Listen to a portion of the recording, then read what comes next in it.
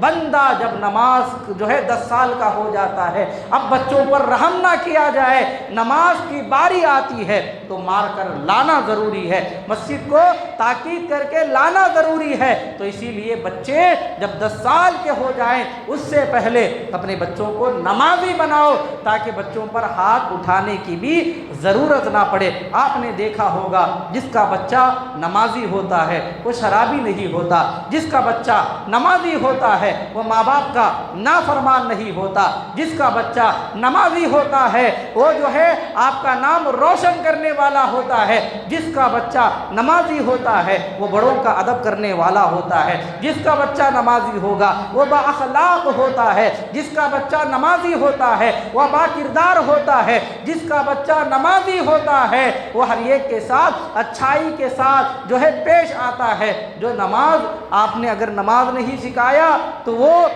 جو ہے گمراہ ہو جاتا ہے، جو نمازی نہیں ہوتا وہ جو ہے ایسا ظالم ہو جاتا ہے، جو نمازی نہیں ہوتا وہ بدترین ہو جاتا ہے، جو نمازی نہیں ہوتا وہ فاسق ہو جاتا ہے، جو نمازی نہیں ہوتا وہ زانی ہو جاتا ہے، جو نمازی نہیں ہوتا وہ شرابی ہو جاتا ہے، کیونکہ اللہ فرماتا ہے ان الصلاۃ تنہی عن الفحشاء والمنکر، بے شک نماز بے حیائی اور بری باتوں سے روکتی ہے۔ اللہ کہہ رہا ہے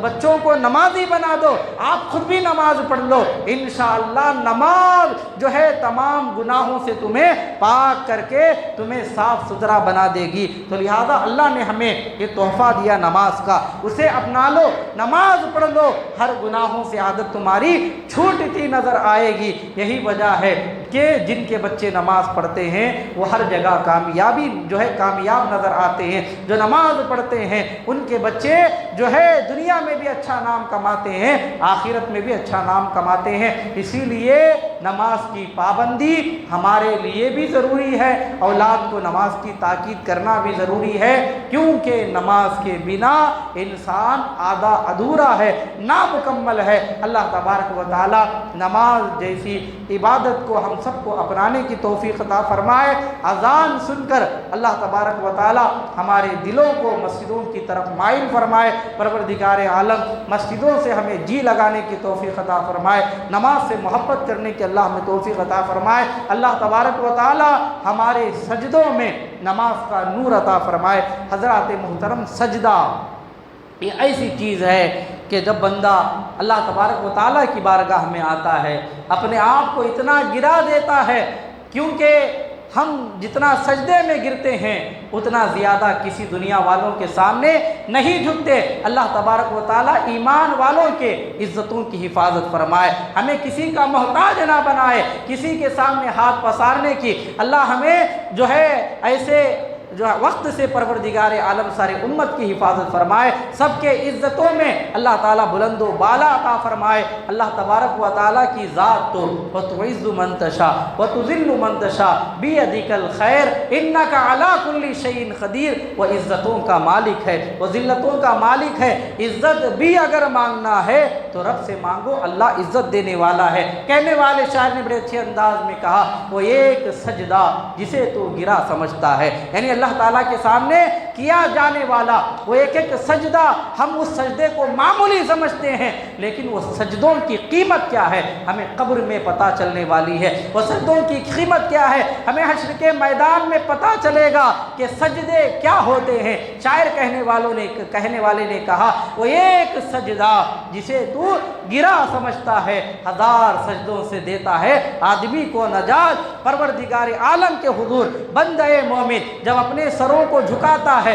اور یہ کہتا ہے اے مولا میری پیشانی جو ایسی بلند و بالا ہے یہ کسی دنیا دار کے سامنے نہیں جھکتی، لیکن مولا میں نے اسے تیرے سامنے جھکا دیا، میں نے اسے تیرے سامنے جھکا کر کے اے پروردگار عالم میں تیری بلندی بیان کر رہا ہوں، تیری شان بیان کر رہا ہوں، سبحان ربی الاعلیٰ، اے مولا تو سب سے بلند و بالا ہے۔ جب یہ جملہ بندہ مومن سجدے میں گر کر اپنی ناک کو پیشانی کو رگڑ بڑھ کر اللہ تعالیٰ کی بارگاہ میں کہتا ہے تو اللہ بھی کہتا ہے جا تو نے میرے لیے اپنے سر کو جتنا جھکایا ہے دنیا والوں کے سامنے ذلیل ہونے سے میں تیرے سر کو اتنا ہی زیادہ بلند و بالا کر دیتا ہوں۔ تو پروردگار عالم جو اللہ تعالیٰ کی بارگاہ میں جتنا زیادہ جھک کر کے اپنے پیشانی کو اپنے ناک کو رگڑتا ہے اللہ کی تسبیح بلند کرتا ہے سبحان ربی الاعلیٰ سبحان ربی الاعلیٰ، اے مولا تیرے سے زیادہ بڑھ کر کائنات میں کسی کو اعلیٰ نہیں مانتا۔ تو پروردگار عالم یہ ہمیں حکم دیتا ہے تم میرے لیے جتنا جھکتے چلے جاؤ گے میں لوگوں کی نظروں میں تمہیں اتنا ہی زیادہ بلند و بالا کرتا چلا جاؤں گا۔ وہ ایک سجدہ جسے تو گرا سمجھتا ہے 1000 سجدوں سے دیتا ہے آدمی کو نجات۔ تو نماز کا ایک ایک سجدہ ہمیں جو ہے دنیا کی ذلت سے بھی بچا لیتا ہے، آخرت کی ذلت سے بھی بچا لیتا ہے، قبر کے اندھیریوں سے بھی ہمیں دنیا میں کیا جانے والا رب کے لیے ایک سجدہ بڑا قیمتی ہے۔ اللہ تبارک و تعالیٰ اس زندگی کو ہمیں قیمتی سمجھتے ہوئے جو ہے نماز کے لیے وقت نکالنے کی اللہ ہم سب کو توفیق عطا فرمائے۔ ہم نے نماز کو سمجھا کیا ہے؟ نماز بڑے سے بڑے طوفانوں کو ٹالنے والی چیز ہے، نماز جو ہے بڑے سے بڑے آندھیوں سے نکالنے والی چیز ہے، نماز جو ہے قیامت جیسے چیز سے بچا کر لانے والی چیز ہے۔ آپ تاریخ اٹھا کر کے پڑھیں، حضرت نوح علیہ السلام کا زمانہ ایسا زمانہ تھا کہ آپ ہر جگہ دین کی تبلیغ کرتے، لوگوں کو اللہ کی طرف بلاتے، دین کی دعوت دیتے تھے، لیکن جس کو اللہ تبارک و تعالیٰ جو ہے ہدایت دیتا ہے وہ تو آ جاتے ہیں، لیکن جنہیں ہدایت نہ ملی، جن کے دل پتھروں جیسے سخت ہو گئے، انہیں ہدایت نہیں ملنے والی۔ تو حضرت نوح علیہ السلام کئی سو سال تک بلکہ یوں کہہ لیا جائے کئی سو سال تک آپ دین کی تبلیغ کرتے رہے، لوگوں کو اللہ تعالیٰ کی دعوت دیتے رہے، نماز کی طرف بلاتے رہے، لیکن چند لوگوں کے سوا کوئی ماننے کے لیے تیار نہ ہوئے۔ تو اللہ تبارک و تعالیٰ نے نوح علیہ السلام کی طرف وحی نازل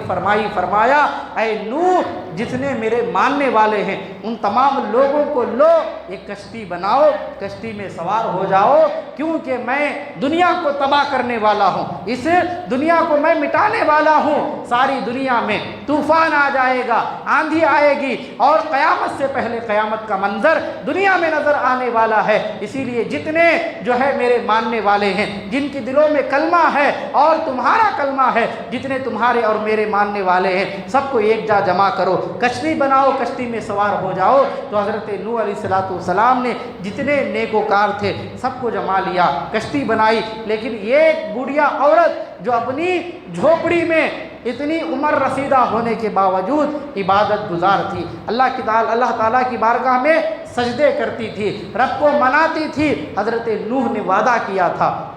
حضرت نوح علیہ السلام نے اس سے وعدہ کیا تھا کہ اللہ تبارک و تعالیٰ دنیا میں طوفان اتارنے والا ہے، جب طوفان آئے گا میں آ کر کے تمہیں اپنے ساتھ لے کر کے چلا جاؤں گا۔ لیکن وقت ایسا آیا، کشتی بناتے رہے، سارے نیکوں کو کشتی میں سوار کر لیا، حضرت نوح علیہ السلام بھول گئے کہ مجھے اس نمازی بڑھیا کو بھی اس کشتی میں لانا ہے، اس کی جان بچانا ہے، میں نے اس سے وعدہ کیا ہے۔ حضرت نوح علیہ السلام کے ذہن سے وہ بات نکل گئی، اور قیامت جو ہے طوفان آیا، طوفان ایسا آیا ساری دنیا میں پانی پھیل گیا، جو ہے بڑی بڑی بستیاں ویران ہو گئی، بڑے بڑے محلات ملبے بن گئے، اور سارے کے سارے جو ہے بستیوں کو اللہ نے تباہ و برباد کر دیا۔ ایسا طوفان آیا، کئی دنوں تک طوفان جاری رہا۔ حضرت نوح علیہ السلام بڑا افسوس کرتے رہے، میں نے اس نمازی بڑھیا سے وعدہ کیا تھا کہ میں تمہیں بھی لے کر کے اپنی کشتی میں سوار کر لوں گا،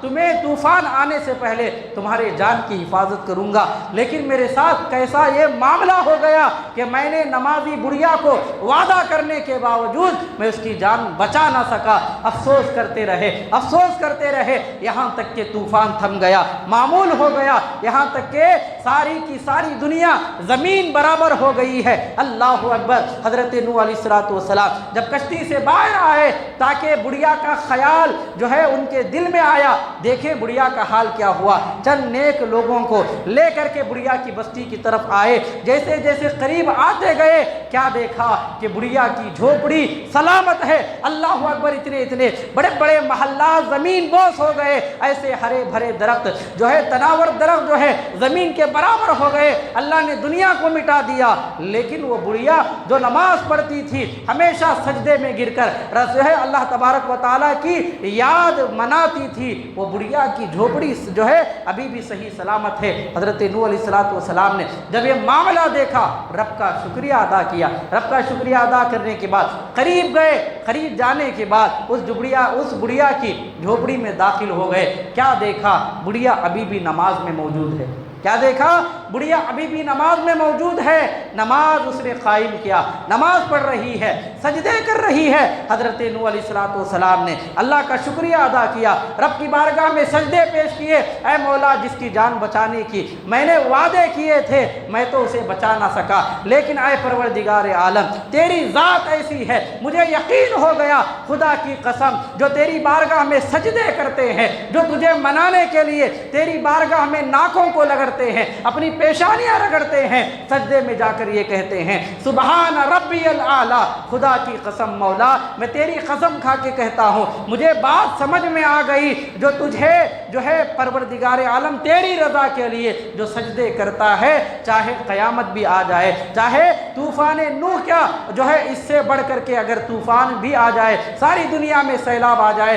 ساری دنیا بھی اگر ختم ہو جائے، لیکن تیری بارگاہ میں جھکنے والوں کو اے اللہ تو نہ تو دنیا میں رسوا کرتا ہے نہ آخرت میں رسوا کرتا ہے۔ حضرت نوح علیہ السلام نے دیکھا اتنا بڑا طوفان آیا، ساری بستی اجڑ گئی، ساری بستیاں اجڑ گئی، اور جو ہے سارے کے سارے محلات تباہ و برباد ہو گئے، لیکن وہ بڑھیا کی جھوپڑی بھی سلامت ہے جس میں وہ عبادت کرتی تھی اور جس میں وہ سجدہ کرتی تھی، وہ بڑھیا بھی سلامت ہے۔ تو حضرات محترم پتہ کیا چلا، معلوم کیا ہوا، نماز ایک ایسی اہم ترین عبادت ہے، اگر جو ہے طوفان بھی آ جائے تو طوفان سے بچانے والی شے جو ہے نماز ہے، طوفان جیسی جو ہے خطرناک وباؤں سے بلاؤں سے بچانے والی چیز جو ہے نماز ہے، ہمارے سجدے ہیں، تو ان سجدوں کو معمولی نہ سمجھا جائے، رب قدیر کی بارگاہ میں کیا جانے والا ایک ایک سجدہ واقعی میں ہمیں دنیا کے ہر مصیبتوں سے بچانے والا،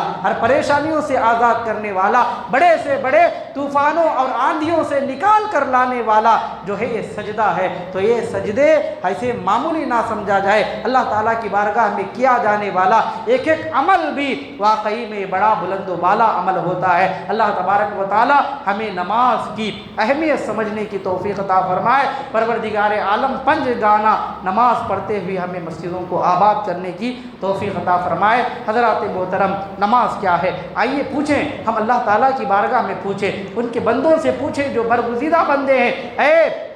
اللہ تبارک و تعالیٰ کے بندو ہمیں بتاؤ کہ نماز کیا چیز ہے۔ حضرت عیسیٰ علیہ السلام بیان فرماتے ہیں، ایک دن میرا گزر ہوا ایک بستی سے، بڑی عالی شان بستی تھی، میں نے دیکھا وہاں کے گھر بڑے عمدہ ہیں، وہاں کے محلات بڑے اعلیٰ ہیں، بڑے خوبصورت سے محلات ہیں، وہاں کی خوبصورتی میرے آنکھوں میں دیکھ رہا تھا، کتنے پیارے نظارے ہیں، وہاں پانی کے چشمے بھی ہیں، پانی بہہ بھی رہا ہے، وہاں کے درخت بڑے ہرے بھرے ہیں۔ ایسے ماحول سے میرا ایک دن گزر ہوا، جب میں نے وہاں سے جو ہے جب میں گزرتا ہوا میرا سفر وہاں سے طے ہوا، کئی میل تک جو ہے میں اس بستی سے گزرتا رہا،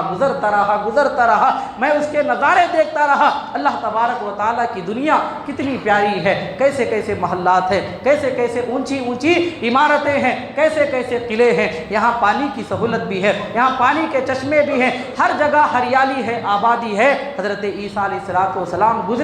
گزرتے ہوئے چلے گئے، جب چند سالوں کے بعد آپ کا سفر مکمل ہوا، مکمل ہونے کے بعد پھر جب دوبارہ آپ کو اسی جگہ سے لوٹنا ہوا، لوٹتے ہوئے آئے، دیکھا کچھ بھی نہیں ہے، جو بڑے بڑے محلات عالی شان قلعے نظر آتے تھے، ہری بھری ہریالی نظر آتی تھی، جہاں پانی کے چشمے ابل رہے تھے، پانی بہہ رہا تھا، نہریں موجود تھی۔ حضرت عیسیٰ علیہ السلام کہتے ہیں میں تو تعجب میں پڑ گیا، کیا میں دوسری جگہ تو نہیں آ گیا؟ جب معلوم کیا پتہ چلا تو وہی جگہ ہے جہاں پر لوگ چلتے پھرتے تھے، جہاں لوگوں کی آبادیاں تھیں، جہاں لوگوں کے دکانیں بنی تھی، لوگوں کے محلات تھے، قلعات موجود تھے، اور وہاں اتنی ہریالی، ایسی ایسی بستیاں۔ اللہ اکبر، میں نے رب کا نظارہ دیکھا، رب کے بنائی ہوئی دنیا کا نظارہ دیکھا، لیکن یہاں پر کچھ بھی نہیں ہے، ساری بستیاں ویران ہے، نہ گھر نظر آتے ہیں، نہ محلات نظر آتے ہیں، نہ قلعے نظر آتے ہیں، نہ ہریالی موجود ہے، نہ درخت موجود ہے، نہ ابلتے چشمے ہیں، نہ بہتا پانی ہے، کچھ بھی نہیں ہے۔ اللہ اکبر۔ حضرت عیسیٰ علی نبینا علیہ السلام کو بڑا تعجب ہوا، بڑا تعجب ہوا۔ اللہ تبارک و تعالیٰ کی بارگاہ میں عریضہ پیش کرنے لگے، اے باری تعالیٰ، آخر ماجرا کیا ہے؟ ابھی چند سال پہلے گزرا تھا، اتنی بڑی آبادی تھی، کئی میل تک میں نے اس شہر سے گزارا کیا، کئی میل تک میں شہر سے گزرتا رہا، کئی میل گزرنے کے بعد شہر ختم ہوا، لیکن اتنا لمبا شہر آج موجود نہیں ہے، نہ یہاں قلعے موجود ہے، نہ یہاں پر بستیاں موجود ہے، نہ اتنے عالی شان جو محلات موجود تھے نہ وہ نظر آتے ہیں، نہ پانی کے ابلتے چشمے نظر آتے ہیں، نہ بہتی ہوئی جھرنے نظر آتی ہے، نہ یہاں پر سبزیاں نظر آتی ہے، نہ یہاں پر درخت نظر آتے ہیں، یہاں پر ساری بستیاں ویران ہے، اجڑا ہوا قبرستان نظر آتا ہے۔ اے پاک پروردگار عالم، آخر معاملہ کیا ہے؟ ماجرا کیا ہے؟ تو رب قدیر حضرت عیسیٰ علیہ السلام کی طرف وحی نازل فرماتا ہے اور کہتا ہے عیسیٰ، واقعی میں چند سال پہلے تو نے جو دیکھا تھا وہ سچ ہے، یہاں پر آبادیاں بھی موجود تھی، یہاں پر لوگ بھی موجود تھے، یہاں پر قلعے بھی موجود تھے، یہاں پر محلات بھی موجود تھے، یہاں لہلہاتے درخت بھی موجود تھے، یہاں پر ابلتے چشمے بھی موجود تھے، یہاں پر بہتا پانی کا جھرنا بھی موجود تھا، یہاں پر کئی ساری دکانیں تھی، اور اتنا لمبا چوڑا بنایا ہوا یہاں شہر بھی آباد تھا، لیکن یہاں کے لوگوں نے اتنی زیادہ نافرمانیاں کی، اتنی زیادہ نافرمانیاں کی، لوگ بھول گئے نماز کیا چیز ہے، لوگ بھول گئے سجدے کیا چیز ہے، لوگوں کو بار بار بلایا گیا عبادت خانوں کی طرف، پھر بھی وہ آنے کے لیے تیار نہ ہوئے، اور لوگوں کو بار بار نمازوں کی دعوت دی گئی، لیکن پھر بھی وہ سنتے تھے، سنتے چلے گئے، لیکن کسی کے قدم عبادت گاہ کی طرف، مسجدوں کی طرف اٹھنے کے لیے تیار نہ ہوئے۔ تو ہم نے انہیں بڑی مہلت دی، ہم انہیں مہلت دیتے رہے، مہلت دیتے رہے، یہ میرے بندے ہیں، آج آ جائیں گے، کل آ جائیں گے، پرسوں آ جائیں گے، لیکن ہم نے اتنی مہلت دی، اتنی مہلت دی، لیکن انہوں نے اس کا غلط فائدہ اٹھایا۔ میرا رب کہتا ہے ان بطش ربک لشدید، بے شک تمہارے رب کی جو پکڑ ہے بڑی سخت ہے۔ اللہ تبارک و تعالی آج کا حال جو ہمارا ہے وہ بھی بڑا بدترین ہے۔ آج تو اللہ اکبر ہر مسجدوں میں اتنی بلند و بالا آواز لگائی گئی کہ ہم قریہ سے قریہ میں رہتے ہیں، مائک کے ذریعے سے ہمیں دن میں ایک بار نہیں 5 گانا آواز دی جاتی ہے، اللہ اکبر کی صدائیں ہمارے کانوں میں گونجتی ہے، پھر بھی ایسے بے خبر ہیں کہ ہمیں کچھ پتہ نہیں ہے کہ اللہ تبارک و تعالیٰ نے ہمیں دنیا میں بھیجا، اتنی بڑی جان بخشی، اتنی لمبی عمر بخشی، ہمیں دن میں 5 گانا بلایا جاتا ہے، پھر بھی ہم نے نماز اذان کو مذاق سمجھا، نماز کو مذاق سمجھا، مسجدوں کو مذاق سمجھا۔ یاد رکھو اے ایمان والو، وہ وقت بہت جلدی آنے والا ہے جس کا ہمارے سے حساب پوچھا جائے گا، ہماری جانیں پہلے چھین لی جائے گی، قبروں میں ڈالا جائے گا، پھر ہمیں نکالا جائے گا، اللہ کے حضور کھڑا کیا جائے گا، تب ہمارے سے رب پوچھے گا بتاؤ تم نے نماز پڑھی کہ نہیں پڑھی، کتنے دن کی پڑھی، اور دن میں کتنے وقت پڑھتے تھے، کیا ہم نے تمہیں بار بار دن میں 5 بار بلایا کہ نہیں بلایا۔ اللہ تبارک و تعالیٰ پوچھتا چلا جائے گا، جواب دینے کے لیے ہماری زبانیں اس دن بند رہے گی۔ حضرات محترم حضرت نوح علیہ السلام عرض کرتے ہیں باری تعالیٰ یہاں پر اتنی بڑی آبادی، ایسے محلات، اتنے بڑے بہتے ہوئے یہاں پر نہریں، جھرنے، سب کچھ آباد تھے، ایسا شہر آج مٹی کے برابر ہو گیا، مولا آخر وجہ کیا ہے؟ تو اللہ تبارک و تعالیٰ کہتا ہے کہ یہاں پر نماز کے لیے بار بار بلایا گیا، ان کو نماز کے لیے بار بار بلایا گیا، مسجدوں کی طرف بلایا گیا، سجدوں کی دعوت دی گئی، لیکن یہ لوگ میری طرف آنے کے لیے تیار نہ ہوئے، تو میں نے فرشتوں کو حکم دیا ان کی بستیاں اجاڑ دو، ان کی جانوں کو برباد کر دو اور ان کے جو ہے جھرنوں کو برباد کر دو، ان کی ذاتوں کو مٹی میں ملا دو۔ تو اللہ اکبر، چند سال کے بعد حضرت عیسیٰ علیہ السلام جہاں پر بڑی بڑی آبادیاں تھیں، نماز نہ پڑھنے کی وجہ سے، سجدے نہ کرنے کی وجہ سے، اس کے گھر کی طرف ہمیں پنج گانا بلانے کے باوجود نہ آنے کی وجہ سے جو ہے ان کو تباہ اور برباد کر دیا گیا۔ لیکن ہم جو ہے بڑے خوش قسمت ہیں، ہم حضور کے امت میں ہیں، ورنہ تو ایسے ایسے گناہ ہم کرتے ہیں ہم کبھی کے مٹا دیے جاتے، لیکن حضور کے امت میں ہونے کی وجہ سے اللہ نے ہماری جانوں کو بخشا، ورنہ تو پہلے کے زمانے میں آج کے اتنے گناہ ہوتے تو ہم کبھی کے مٹا دیے جاتے، لیکن اللہ حضور کی امت سے اتنا پیار کرتا ہے کہ وہ ہمیں بار بار جو ہے توبہ کے لیے بخش رہا ہے، بار بار ہمیں مغفرت کے لیے بخش رہا ہے، بار بار پھر سے ہم نمازی بن جائیں، اس لیے ہماری جانوں کو اللہ بخش رہا ہے۔ اے ایمان والو، ہمیں سنبھلنے کی ضرورت ہے۔ پہلے کے زمانے میں لوگ اگر اللہ کو بھول جاتے، مسجدوں کو ویران کرتے، اگر اس کی طرف بلانے کے باوجود بھی اگر ہم نماز کو نہ جاتے تو وہاں پر قیامت آنے سے پہلے قیامت کا منظر نظر آتا، بڑی بڑی بستیاں اجاڑ دی گئی، کیوں؟ کیونکہ وہ نماز نہیں پڑھتے، بڑی بڑی بستیوں کو ویران کر دیا گیا، کیوں؟ کیونکہ وہ نماز نہیں پڑھتے۔ حضرات محترم، اللہ تبارک و تعالی ہمیں بار بار جو ہے نبی کے صدقے میں جو ہے ہماری زندگیوں کو بخش رہا ہے۔ اللہ تبارک و تعالی رمضان المبارک کا مہینہ ان قریب آنے والا ہے، وہ مہینہ آنے سے پہلے پروردگار عالم سارے امت کے مومن مسلمانوں کو نماز سے سچی پکی محبت کرنے کی اللہ ہم سب کو توفیق عطا فرمائے۔ اللہ تبارک و تعالی مسجدوں کو آباد کرنے کی ہم سب کو توفیق عطا فرمائے۔ اللہ تبارک و تعالی ہمارے سجدوں میں نور عطا فرمائے۔ پروردگار عالم سب کے دلوں کو اس کی عبادتوں کی طرف مائل فرمائے۔ اللہ تبارک و تعالی ہم سب کو کہنے سننے سے زیادہ عمل کی توفیق عطا فرمائے۔ آمین وآخر دعوانا ان الحمدللہ رب العالمین۔ السلام علیکم ورحمۃ اللہ تعالی وبرکاتہ۔ جو بھائی سنت نہ پڑھیں سنتیں پڑھیں۔